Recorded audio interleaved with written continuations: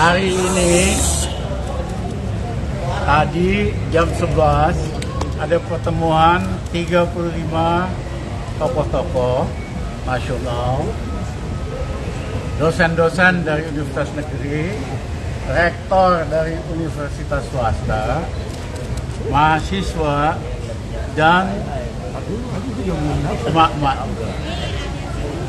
Mereka ini bukan aktivis kaleng-kalengan, tapi tokoh-tokoh yang berjuang puluhan tahun untuk menegakkan demokrasi di Indonesia, untuk memperjuangkan pemerintahan yang bersih dari KKN, tokoh-tokoh yang memperjuangkan agar rakyat Indonesia semakin makmur. Nah, tadi kita bahas perkembangan situasi, hampir semua bicara, termasuk Mas Amin, tokoh reformasi, Jenderal Pak Harto, Komandan Marinir 98, Letnan Jenderal. Kalau Pak ini nggak ikut dulu, Pak Harto, jangan-jangan Pak Harto nggak jatuh waktu itu. Namanya sama. Ya. Jenderal Sunarko, mantan Komandan Danjen Kopassus. Ya. Yang lain-lain saya, Pak Marwan, Pak Safril, siapa lagi? Pak Rizal juga. Siapa lagi? Ya Mas Asmito yang dulu khusus spesialis anti BLBI, bekas pejabat di Departemen Keuangan, mahasiswa, wakilin BEM, emak-emak juga, ya. Nah, kenapa kami datang KPK? Karena 25 tahun yang lalu kami berjuang supaya Indonesia bebas dari KKN. Ternyata hari ini kok malah KKN-nya lebih gawat. Selama pemerintahan Jokowi, KKN makin ganas, berlipat ganda, makin parah dan vulgar. Yang kedua, nepotismenya luar biasa. Pak Harto baru angkat Tutut Soeharto setelah 32 tahun berkuasa.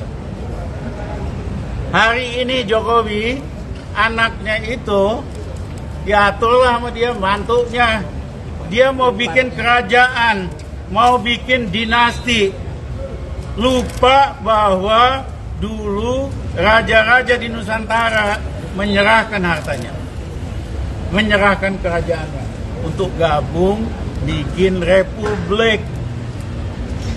Hari ini Jokowi bercita-cita untuk jadi raja di Indonesia. Lihat aja dandanannya. Kalau pakaian daerah rakyat biasa dong. Ini pakaian daerah raja-raja.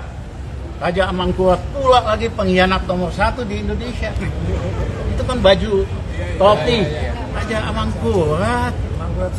Amangkurat 1 pengkhianat paling besar dalam sejarah di Pulau Jawa. Kok tega gitu? Nah, kita semua termasuk saya, bekas menterinya, itu ketipu dengan tampangnya yang merakyat, yang lugu. Kita kena prank semua. Ya, kirain orang ini tampangnya merakyat, gayanya merakyat, jujur, ya kan? Tapi ternyata kagak, hatinya itu untuk oligarki. Dia sendiri kepengen jadi oligarki dan keluarganya. Ini merupakan pengkhianatan terhadap Undang-Undang Dasar 45. Selain kebijakannya yang bikin miskin, tindakannya bikin rakyat susah, selalu belain asing, terutama China. Dan yang kedua, ya kan, dia sendiri ambisinya itu pengen bikin kerajaan. Nah, kami hari ini datang ke KPK untuk KPK. Mohon maaf, undang-undang KPK itu dimulai zaman Gus Dur, zaman kami. selesai zaman Megawati, dilaksanakan oleh pemerintahan seterusnya. Kami ingin minta KPK kembali ke kitohnya, berjuang buat melawan nepotisme dan korupsi tanpa pandang bulu. Siapapun pejabatnya, anak pejabat atau bukan, terus supaya kapok. Di Korea 4 presiden dikorupsi, ditangkap karena korupsi. 3 tuh jenderal kuasa banget. 1 anaknya Pak Chung Hee perempuan. 4-empatnya di penjara karena korupsi. Hasilnya apa? Hasilnya di Korea hari ini tidak ada satupun pejabat yang korupsi dan berani pakai uang negara buat pribadinya keluarga. Nah, Indonesia nggak mungkin bisa maju 25 tahun lagi kita ngomongin KKN lagi kalau kita nggak mulai dari sekarang. Ya, sudah waktunya para pejabat siapapun, kami minta KPK berani untuk mengadili dan menangkap. Saya minta Ubaid